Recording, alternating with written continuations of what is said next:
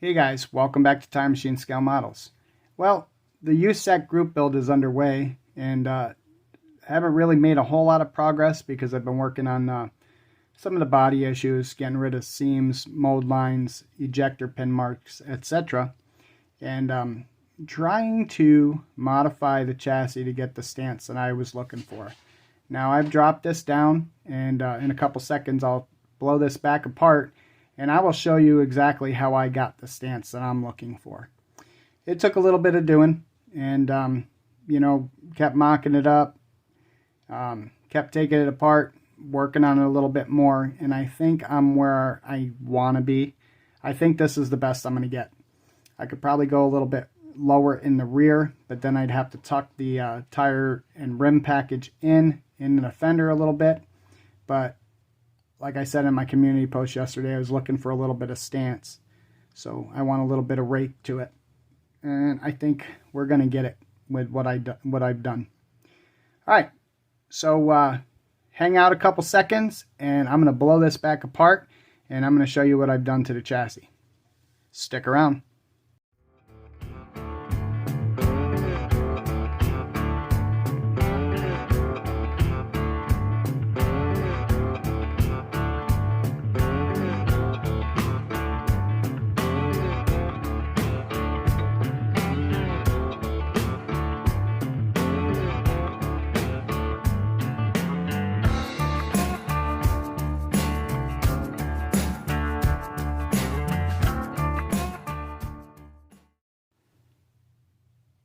All right, so let's take a look at the chassis, what I did. Now I did go look at Fred Henry's lowering tutorial, and I used most of it. So you'll see on the front here, I made my own quote-unquote spindles, okay? And I raised them up. These are 8 millimeters tall, so I could raise the pin, and yes, I used the stock pins. I cut them off, sanded them up, and I glued them back in place because they'll work very well with the wheels that I'm using. You can see what that looks like head on, if you can see it. Okay, and obviously the shocks will fill that big old gap. And if you go watch Lucas C's video on this chassis, he explains the reason why there's a Mopar K-member and suspension with the torsion bars. And there's no springs here. So anyway, that's what I did. I measured, and then I went 2 more millimeters taller here, and built the spindles out of sheet styrene. All right, then in the rear, now Fred Henry talks about taking the lower trailing arms here, okay, and their mounting points are actually here. And what I've done is I've done the same thing he did, and I moved them to the side. They're just taped in place right now. However, all this really does, it doesn't really lower it much. What it does is just rotates the axle. Okay, it doesn't bring it up. There's a cross member here that the rear end mounts to. All right, and what I've done, let me remove this tape here, and I will show you. Fumble fingers. The use of glue and canopy glue and tape works well for mock-ups for me.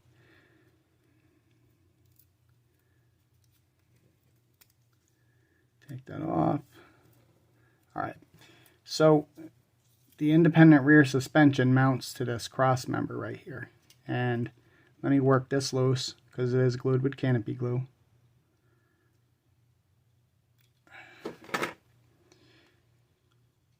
Try to give you a nice view of it. Now, you guys that are building this kit or have built this kit, oh my goodness, it's not focusing. Hold on a second. Let's try this. That's no better. That's no better. All right. All right. This is angled a whole lot more. Okay, and I've probably taken 2 to 2.5 millimeters out of the top of it, and shaved it down some, and I left just a nub where that rear end mounts in there, so I have a glue point on it. So I went up and got the rear end tucked up underneath the chassis a little bit more, and that actually lowers the truck. So that's pretty much what I've done with that to get the chassis as low as I can get it. Now, like I said in the entry of the video, if I want it any lower, I'm going to have to either shave some of the wheel backs off, or I'm going to have to trim these boxes a little bit so the wheel can get sucked in a little bit more inside the wheel well. And we'll see. Maybe I'll do that. Maybe I'll clean these up and I'll take a millimeter off so I can get those wheels inside those wheel wells a little bit better, but we shall see. All right. If you guys are doing this kit, you guys know that you got a nice seam right back here. I got rid of all that. You have some sharp edges. The doors are not smooth here. You can see a big old, it's kind of raised right here, and it was kind of ugly, so you can see I got rid of that. I scribed new panel lines and everything in there, made them a little bit deeper and cleaner. And mine was kind of wonky right here, and right on this edge here, but when this is on the running boards you don't see it, so I did a little work down here and straightened it out a little bit. And yep, so obviously I've sanded the fenders. There were some sharp edges here and everything. And now the hood, let me find the hood. Oh, where's the hood?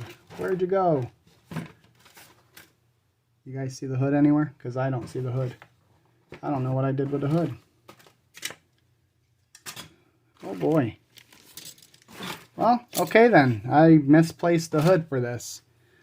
Anyway, I cleaned up the hood a little bit. It did not want to fit in the cab very well, so I had to do some trimming on that and some cleaning up on that, and now it fits just fine. Let me look. Where the hell's that hood? Is it on the flow? It is on the flow.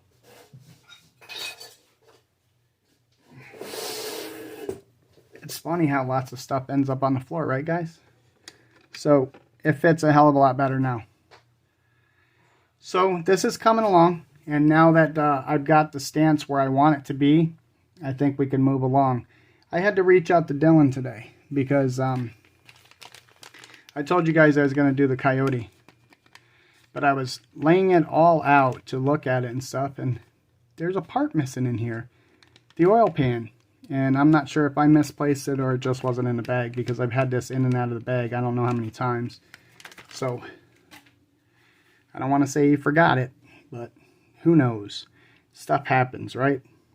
Alright guys, I hope you enjoyed this little video and you got a little bit of an idea of how I lowered this chassis.